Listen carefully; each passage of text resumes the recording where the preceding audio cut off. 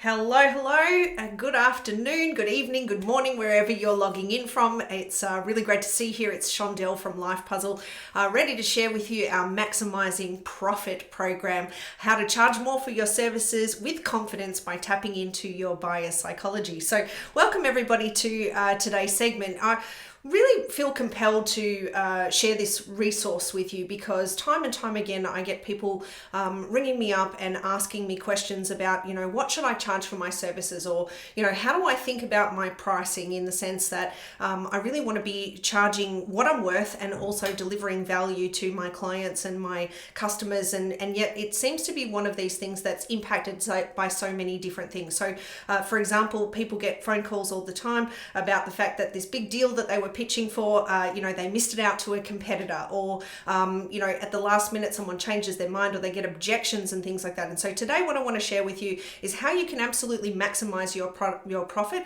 and ensure that you are charging the prices that you're worth and really delivering a lot of value to your clients and services. And I think that what's really important is that it's part of the sales psychology. And so I'm a big believer that sales is the number one life skill. And so often people will ask us at Life Puzzle, why is it called Life Puzzle when you do a lot of sales training and communication training and working with other people in a buyer's market. And the real thing that's present and relevant here is the fact that I believe that sales is the number one life skill, and there are three important sales that you actually make. And the truth of the matter is that if every time you miss one of those important sales, then your pricing is definitely going to be off. And that's a hint for the fact that when you're not getting the deals and you're not getting the impact that you're wanting to have with your clients. So today we're going to go through a number of different tools which will help you to actually maximize your product, but also get really clear on the pricing psychology,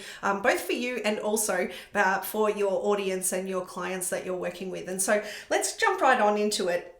As we look at this, I think what's most important is I might mention that if you're watching this on my page then and you want a copy of this workbook, then you can click on the link below and we'll send it to you. Or if you're watching this in our page, then comment below workbook and we'll make sure that we get that workbook out to you. So as we get into today's segment, we're talking about maximizing your profit, really charging more for your services and making sure that you're increasing your confidence by tapping into your buyer psychology. And what's really important about this is I think that there are three key aspects of our pricing psychology. And so when we look at our pricing psychology, we see that the first aspect is about the features and benefits. So you might sell a service, you might sell a product, you might have a suite of consulting services, etc. And so when we talk about features and benefits, what we're talking about here is how do you take to market what it is that you're offering, and what are you doing about marketing those features and benefits. And this is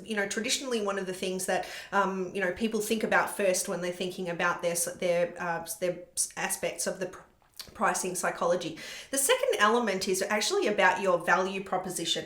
And when we talk about your value proposition, this is really about how do you communicate what it is that you have to the marketplace, and is that being done with authority? And how do people know that you are the person of choice? And when we talk about credibility and authority, this plays a big role in terms of how we put together our pricing. And of course, the third system, or the third area of the pricing psychology, is the belief systems that you actually have, the belief systems that you have, but also it's actually about both you and also your customer. So what are the beliefs that you have about what it is that you offer, but more importantly, how and what are you doing with your communication and your authority and credibility, and how you're taking the features and benefits to market to really impact that belief system as far as your clients are concerned, in terms of the contrast of what you're doing versus what they're actually paying for.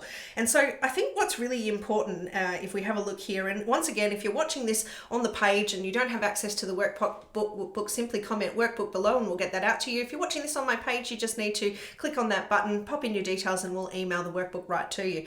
And so when we look at the pricing psychology. I think one of the things that is really important to highlight here is the difference between perceptions and expectations. And so we've got a little example here about a hot dog. And if you think about it, for those of you that are watching from Australia, you know what Bunnings is. Bunnings is a hardware store for all our international friends. And it's commonly known that, at the Bunnings hardware store, they often have a sausage sizzle out the front of the shop, and you can go and buy a hot dog or a sausage in a piece of bread, and they charge you about $1 or $2 for it, and you're quite happy to pay that. And what's really interesting is that the people that are selling it are still able to be profitable and give those proceeds to charity.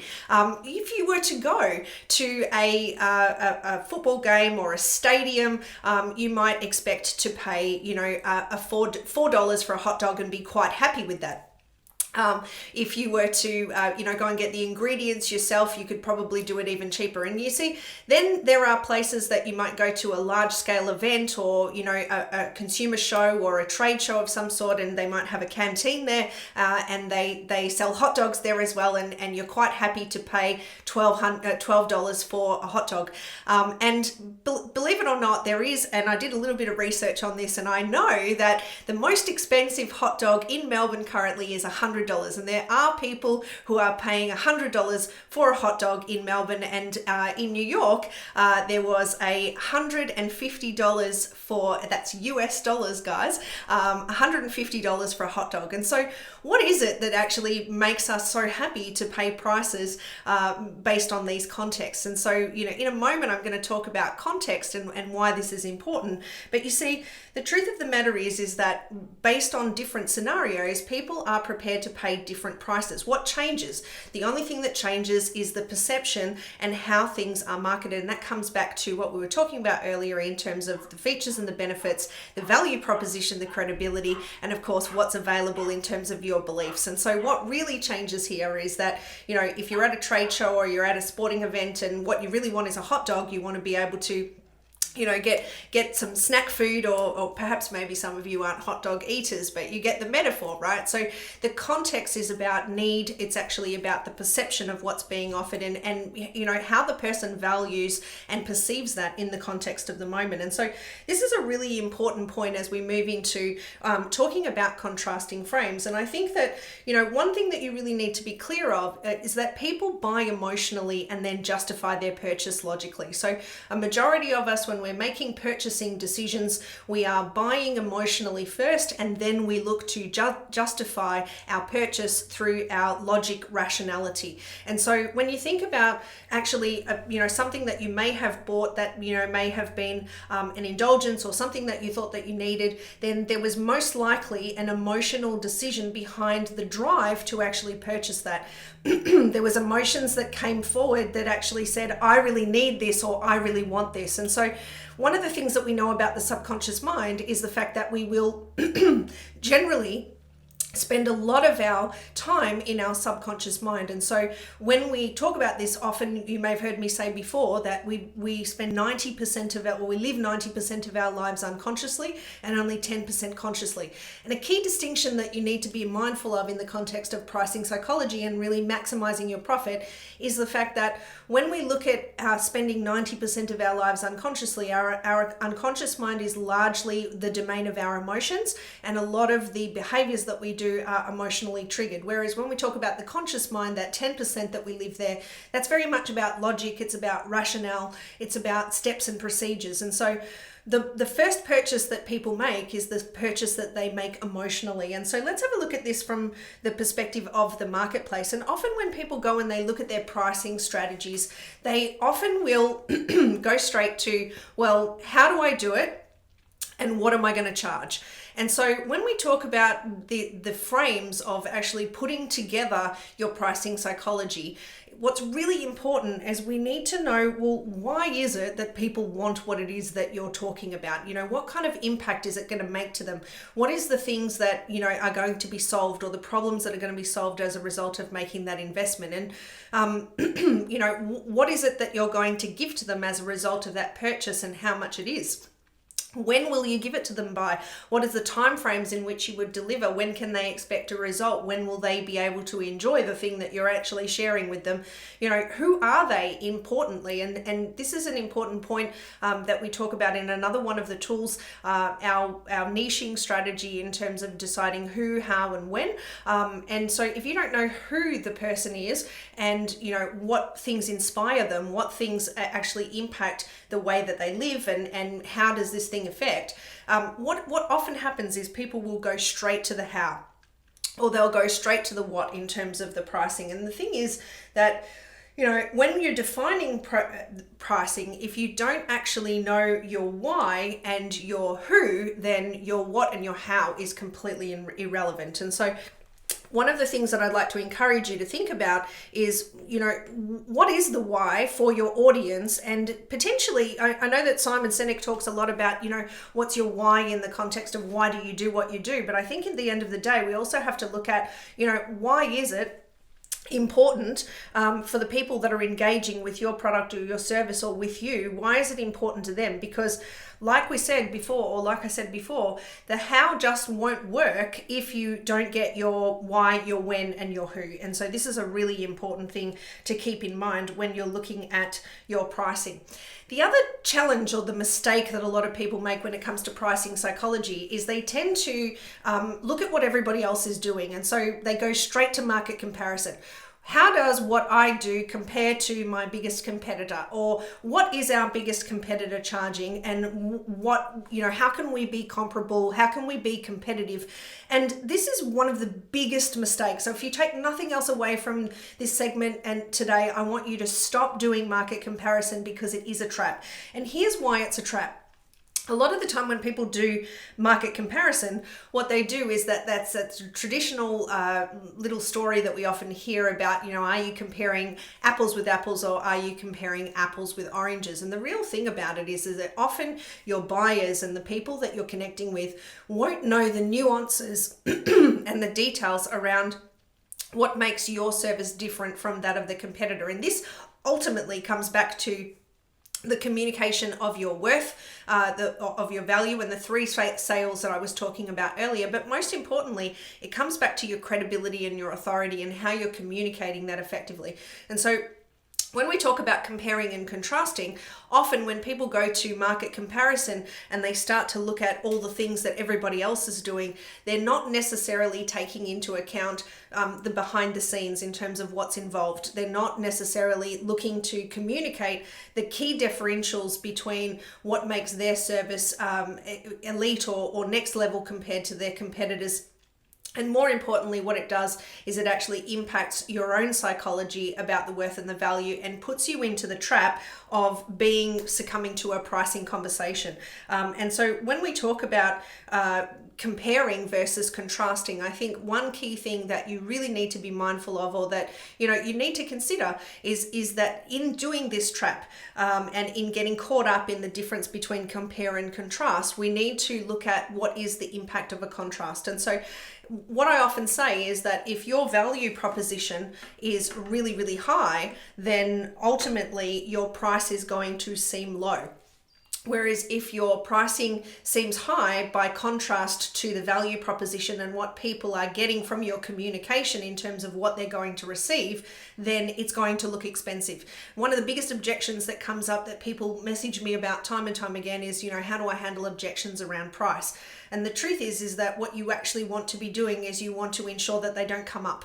And so you might be sitting there saying, Shondell, well, they always come up. So what do I do when they come up?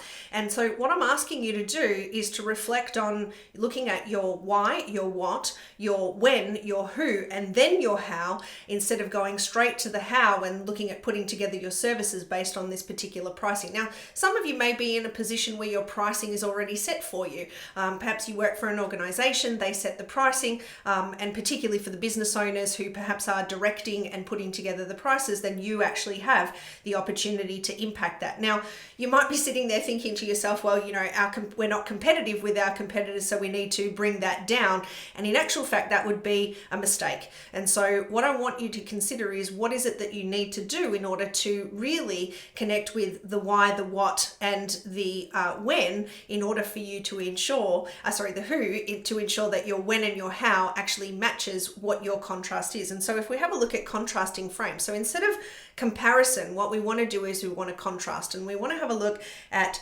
if this is the value that's being offered, if this is the value that's being offered, and this is, the price, as we see here, the contrast in terms of the perception of the price, or whether it's expensive or whether it's good value, actually changes based on stacking the value higher. And so what we see is that the perception of the price and the experience seems lower as the value becomes higher, whereas as the value gets lower, it potentially comes in a contrasting frame where it actually looks like the product or the service that you're offering is quite expensive. So as I said before, what I often say is that if you're communicating with authority and you've built your credibility and you've looked at the way in which you're communicating that to your audience, then the value proposition sits up here by definition. The price looks like an investment as opposed to a cost. Whereas if we flip that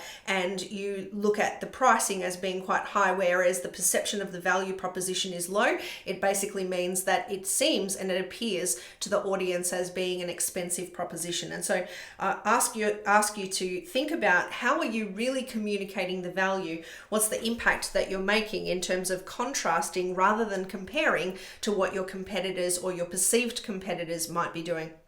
And so, when you think about this and we talk about the fact that people buy emotionally and they justify logically, I want to share with you a little secret to what makes people pay premium and increasing the profitability of what you're offering. And so there are 4 key stages to the way that people look at the psychology of this. And so the first stage is where we talk about price. And this is a very retail driven type of conversation. For those of you that might be, experienced in the sales arena, you know that when you talk about price, and price is the central focus of the conversation, then it's always a race to the bottom. And so what we want to ensure is that we elevate the conversation more than a pricing conversation, because it is a race to the bottom, and then discounts and inappropriate comparisons happen in the marketplace.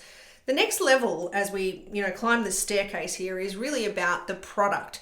And so this is where often what will happen is people start comparing the features and they start comparing the benefits of what it is that you offer. And I really encourage you to go through this workbook and start to put together what are the features and benefits, and what is it that you're communicating, and how can you deliver that from the point of authority and from a point of credibility, and is that really being communicated to your market?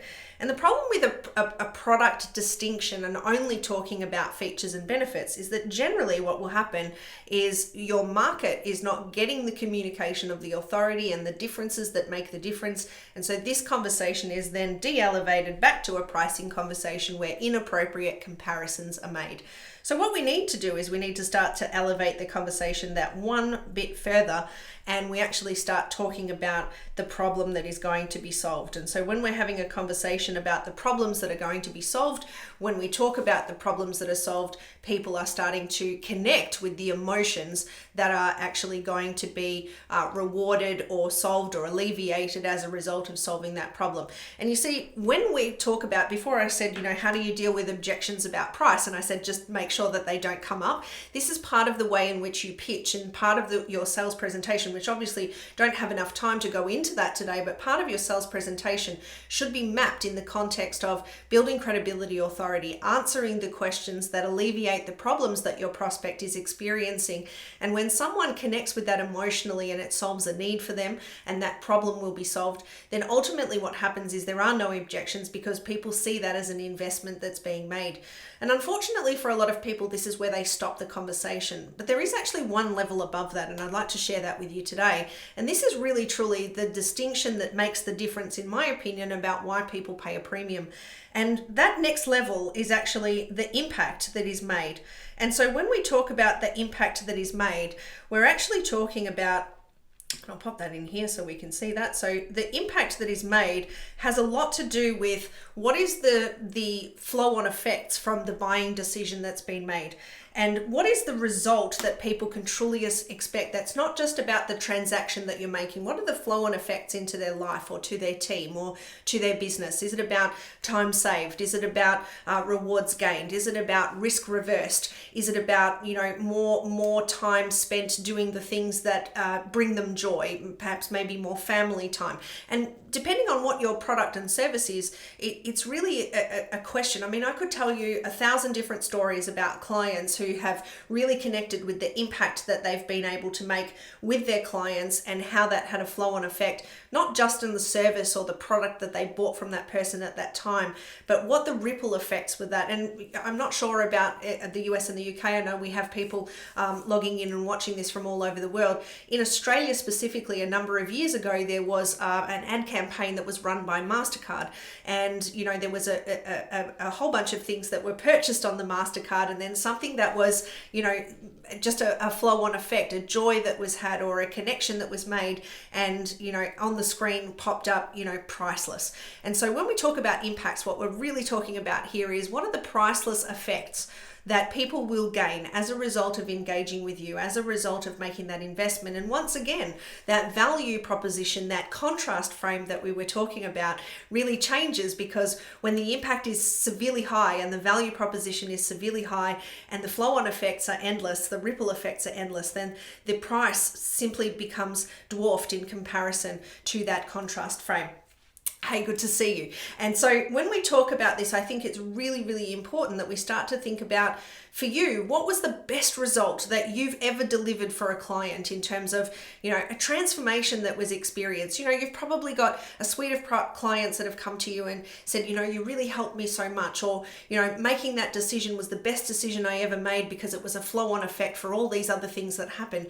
And why is that a secret that you're keeping? It's too good a secret to keep. So my invitation to you is to think about the impacts that you make and the results that you've made, and work out where is that being showcased, thus building your credibility and your authority and taking that conversation to the next level. Because as I said, this really is the thing that connects people with being comfortable and delighted to pay premium, as opposed to, looking for what is the cheapest in the marketplace. And that leads me into talking about the psychology.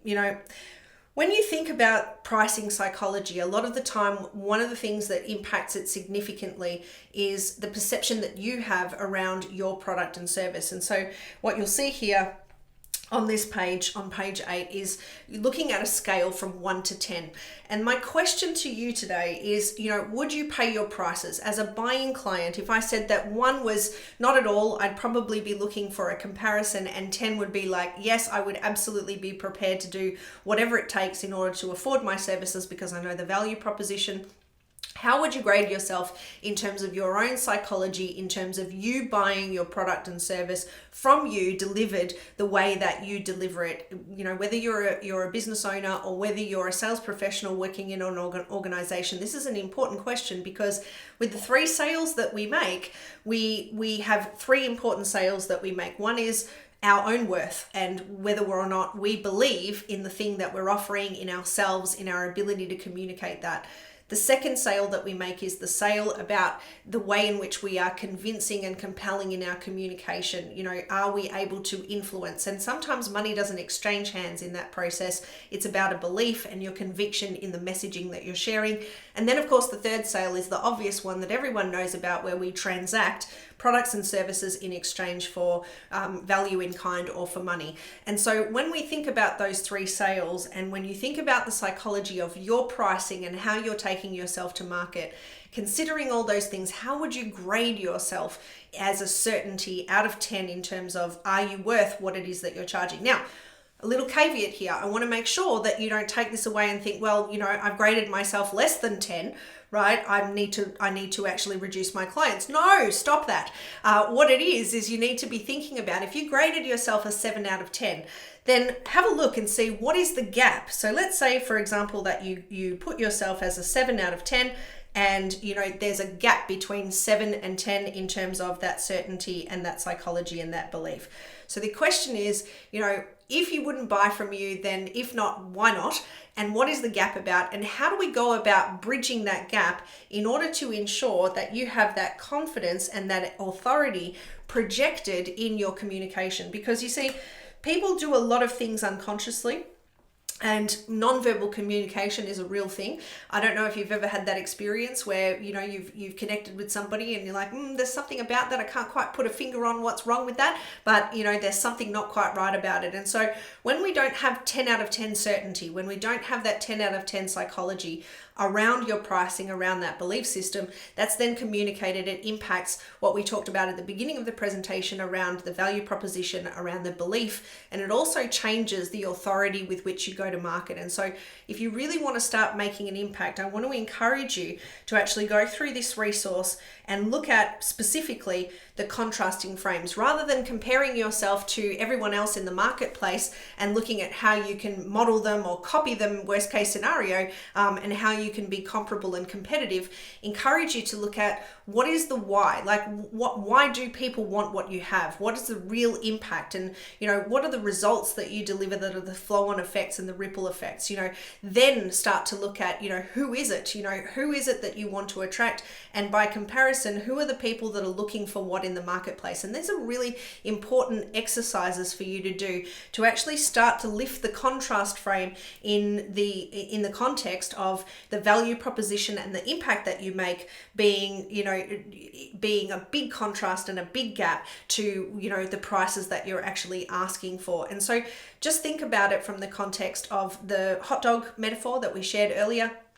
People are willing to pay different prices for different things based on context, based on, you know, contrast and the need. And so probably what's missing, if you're not maximizing your profit, if you're constantly getting those objections around price, or you have doubts and concerns or reservations about whether your pricing strategy is right for you and your business, then we need to go back to why is it that people want to engage with that? What is it specifically? But more importantly, who are they? What are their needs? And how will they connect with those things?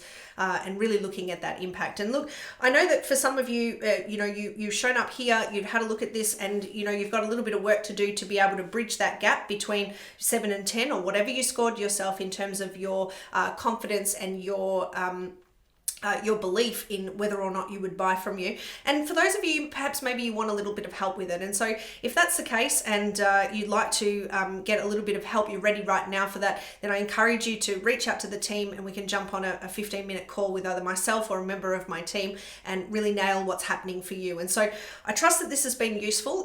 Once again, if you're watching this video on my page and you want access to the workbooks, you can just click the button below. Or if you're watching in the mastery group, then please pop worksheets below in the comments and we'll make sure that we get that out to you. So it's been a real pleasure to be here with you today. I'm looking forward to hearing some of your stories and your takeaways. So we do have an area in the workbook for your key takeaways, but if you're watching live, pop in #live and a key takeaway, or if you're watching the replay, then pop in #replay and what your key takeaway is, and let's get a conversation started, because we absolutely want to maximize our products and our profits as a result of our products, and certainly want to shift that psychology to that of really being in touch and being certain about your credibility and your authority and what you bring to the table. And so thank you so much for tuning in. I'm Shondell from Life Puzzle. It's been a wonderful thing having you here today, and I look forward to seeing your comments and your shares. And if there's someone that you know that should be part of this group where they could utilize some of these tips, then please invite them to the NLP Sales Mastery Academy group. We'd love to have them there. And until we meet again, I'm Shondell from Life Puzzle. Be well and be empowered. Bye for now.